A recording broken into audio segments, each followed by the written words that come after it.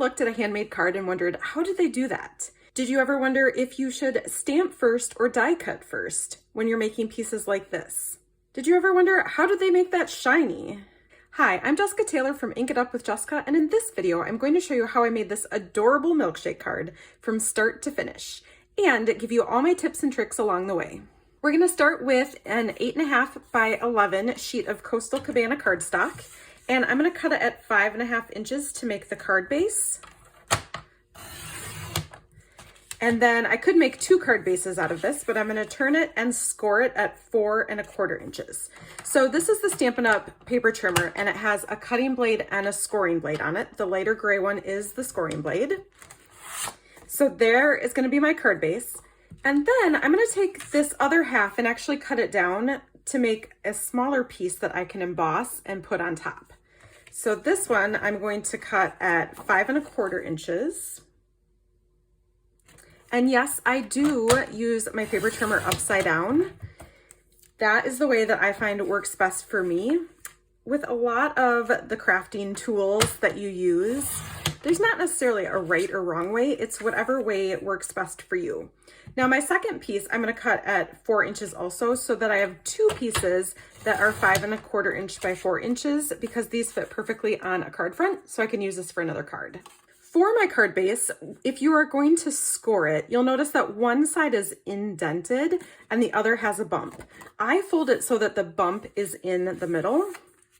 And I do have another video where I give you tips and tricks on how to get a straight card base, folded and cut straight. But I'm just going to give that a little crease with my bone folder to make it a nice card base. Next, I'm going to emboss this 4 inch by 5.25 inch piece with this new embossing folder from the Stampin' Up! Basics 3D set. It comes with 3 embossing folders. This is my favorite. It's kind of a crosshatch design, and it's a basic design that you will use for all kinds of different cards. So I'll get my cut and emboss machine out. And because this is a 3D folder, we're gonna start with plate number 1, and then I'm gonna put my paper inside of my embossing folder. I like to use the line here to line up my cardstock. Some patterns it doesn't matter, some it does. And then we're going to talk about something very controversial, and that is, should you put your folder through with the open end first or with the close end first? So many people have told me that Stampin' Up! Recommends that you put the folded end in first. However, I have been using folders for years, maybe 15 years. I have always put them in the open end first, and I have never had any problems. The reason I like to put them in the open end first is because I feel like it grips the cardstock better and keeps it in there right where I want it. When I put the folded end first, sometimes I feel like it pushes my cardstock out, and then the design isn't exactly where I want it. So that's just how I do it. You can choose how to do it whichever way you feel more comfortable. I'm going to put the number 4 on top because this is a 3D folder, and just run that through. So look at that fun detailed design. It's perfect for backgrounds. Okay, while I have my machine out, we're going to do some die cutting. And because we're going to use dies, we're going to need the number 1, the number 2, and the number 3 as our base. And then I'm going to put down some white cardstock. For the scallop here, I'm going to use a die from the Scalloped Contour dies. I love this one. And then for the cherry and the straw, I found that it was easiest for me to cut these pieces out of white first and then stamp on top of them. So I'm going to add a cherry and a straw over here. Put another number 3 plate on top and roll that on through. You want to make sure that you're pushing straight down with your hand that's holding the handle on top. I don't think I showed you this, but I'm using the Share a Milkshake bundle from Stampin' Up! For this card, and it has a stamp set with coordinating dies. Okay, so now I have some pieces to stamp on, and I like to use my silicone mat underneath my cardstock, especially when I'm using the clear photopolymer stamps. Just gives it a little extra cushion underneath. And I'm going to start by stamping the milkshake glass, I guess you would call it, in Coastal Cabana. So I've got my ink pad that I'm going to open up, and then I'm going to use a D block, which is actually my most used clear block. I'm going to start with the background stamp. So this is just bold, a bold stamp. And I'm going to stamp it straight on this piece of white that I cut out with the scallop die. Right about there. If you hold it down, especially these bold images, if you hold it down a little bit longer, it will let the ink soak in and you'll get a better stamped image. Just make sure that you don't rock it. So there we go, there's the background.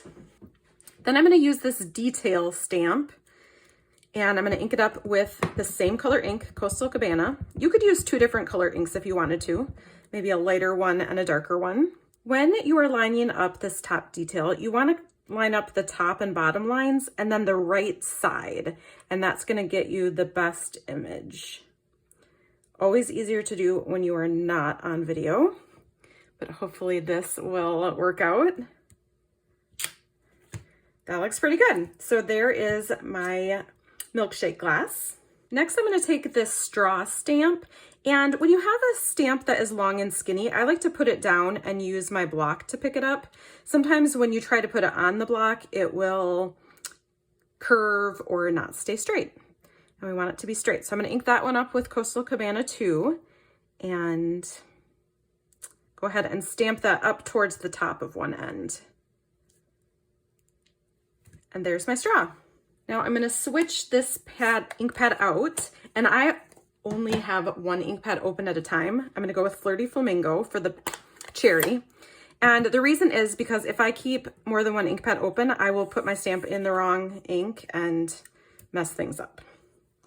So I'm just going to go ahead and put my cherry stamp on here, ink that up really good. Sometimes you can see like my ink pad doesn't have a lot of ink in the middle, so I'm going to the outside to ink up my stamp. And then I will stamp that right over my die cut.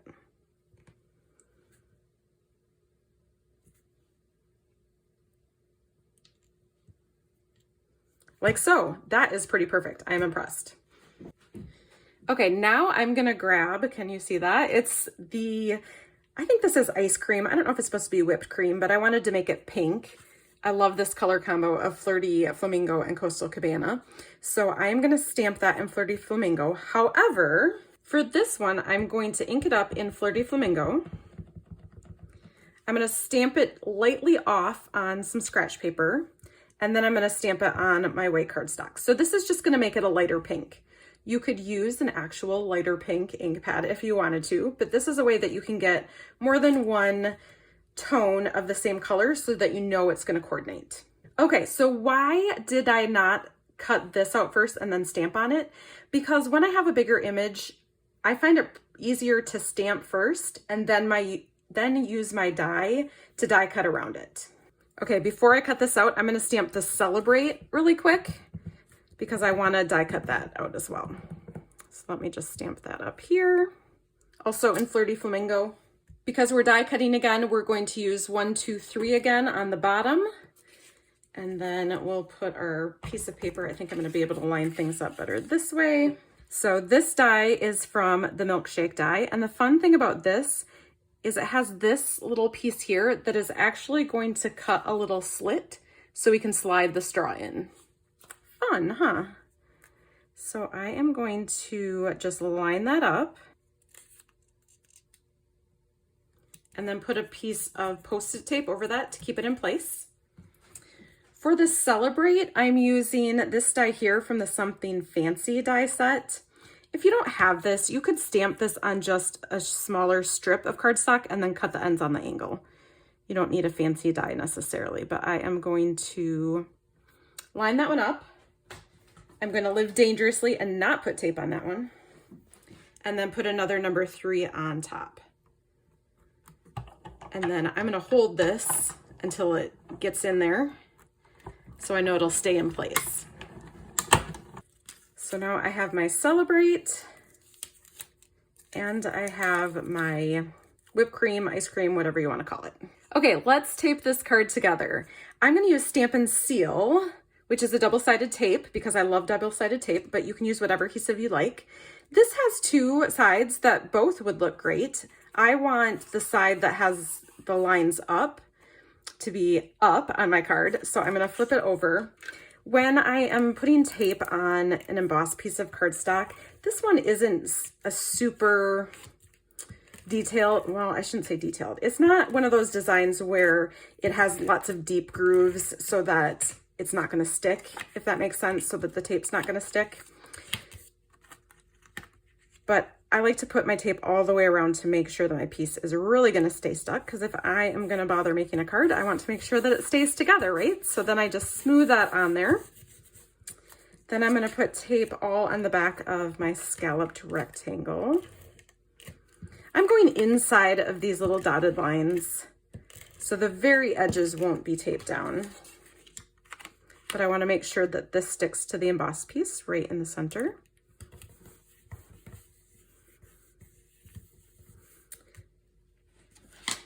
Now I'm gonna grab some Stampin' Dimensionals and my little ice cream thing. I'm gonna slide my straw into that piece. Now, depending on how long you want it to be, I'm actually gonna snip the very end of this off. Now, I could be precise and use paper snips, but I'm just gonna tear it off because my fingers are handy. And so to keep that in place then, I'm gonna put a Stampin' Dimensional right over top of it like that. And then we'll add a few more on the back. I think 3 will be good for this. If you put your fingernail in the center of these, it'll pop up the edges so they're easier to get off. And then this can go right on top. Now, this is super helpful. If you didn't line your glass up perfectly and this is not a super straight edge, put a piece like this on top of it, and then that hides any imperfections like that. This is so super cute. I'm gonna put some tape right on the back of the bottom of the cherry. You could also use a glue dot if you have those. That would be the perfect size for the cherry. Put that on there. Then I'll put 2 dimensionals on the back of my Celebrate.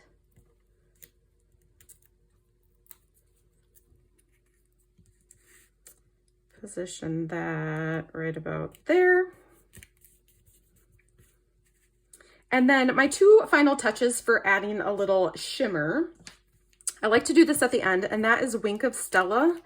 It's just a glitter pen, glitter brush pen, I guess. So I'm just gonna brush on some Wink of Stella that is gonna give my cherry just a little shimmer and shine, just a little. And then I love these iridescent rhinestones. You can use the take your pick tool or your paper snips. I don't think I used one that big. Let's go a little bit smaller. These come in 3 sizes. So I'm just gonna put that down at the bottom, then I'll grab one of the smaller ones on top. I am not super good at placement of these kinds of embellishments, so this is kind of my go-to lineup right here. And that is 2 on the bottom, 1 kitty corner on the top, and I love how that looks. And there's our card, but look at the inside is all boring. So I like to put on the inside of mine just a piece of white. Sometimes I decorate this, sometimes I don't. Normally, if I knew what I was gonna send this for, I might stamp a greeting, like a birthday greeting on the inside, or decorate it a little more. But I do have a video that I'll link to where I show you how I cut the pieces for the inside so that I save cardstock. And then I just wanted to mention that when I mail cards like this that have the rhinestones on them, I will take a piece of basic white thick cardstock, so it's just a little bit thicker, cut it into a 1/4 sheet. So this is 4 1/4 by 5 1/2. And then I will just lay that over my card when I slide it into the envelope.